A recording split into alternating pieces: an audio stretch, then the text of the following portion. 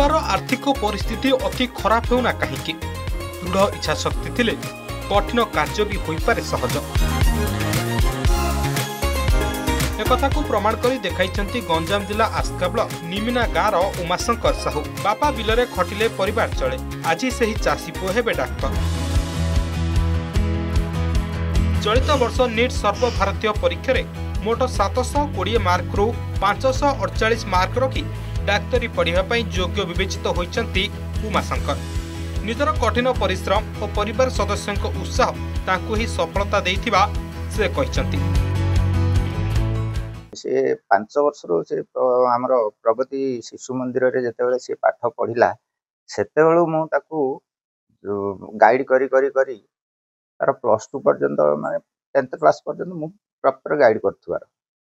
तापर तो से भुवनेश्वर रेसिडेंस कॉलेज रे जेतेबेले से होला सेतेबेले सेठी तार सार माने मैडम माने ताकू जत्न सहकार नै सेठी से माने royal college of science and technology से टॉपर होइदिला ता कॉलेज रे। तार उद्देश्य थिला जे मो जाहाले भी मो भविष्य रे गोटे डॉक्टर हेबी बोली। आज तार आशा पूर्ण होइछि। गोटे चाषी परिवार पिला हेकरी भी ताको एते अक्लांत परिश्रम करी से पिला को ताको तार मोटिवेशन ताको दिया हेतला जे तू गोटे भविष्य रे गोटे केमती गोटे डॉक्टर हे जनसेवा लोकंगर केमती सेवा करिवो से मनोवृत्ति नहीं से पिला आग को बढ़ी एवं मैट्रिक भी से बहुत भल परसेंट रखा, +2 भी से भल परसेंट रखी तार एम थिला जे I will be a doctor in future एवं तार से साकार होती से जो परिश्रम करता से परिश्रम फल भगवान देइछन्ते।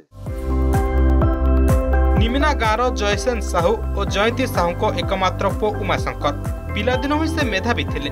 गाँव प्रगति विद्यापीठ अध्ययन करी 10th रे 91.83 युक्त 2 रे 95.83% मार्क रे उत्तीर्ण होइथिले।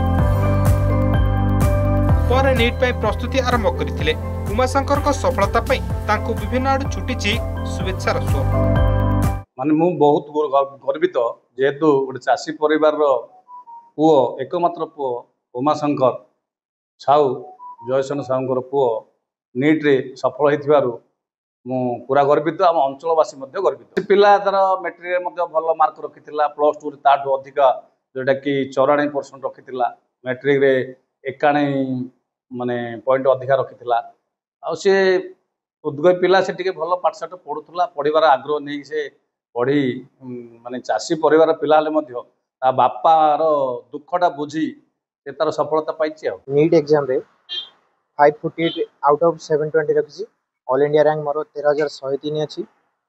एथिपाई मु मो बापा माँ को पूरा श्रेय देबाक चाहूँगी। दैनिक तो 10 रु 15 घंटा खंडे से परिश्रम कराउथला, तो परिश्रम अनुसार मते फल मिलछि, तो मु बहुत खुशी अछि। मो पेरेंट्स को भी या पछरे सेमानकर हाथ अछि।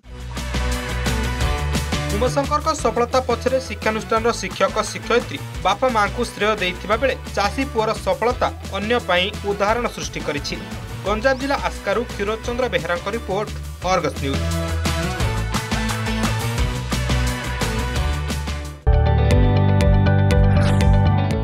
जदि आपंक आम भिडी भल लगा तेब आम चैनल को लाइक, शेयर और सब्सक्राइब करने को जमा भी भूलु नहीं।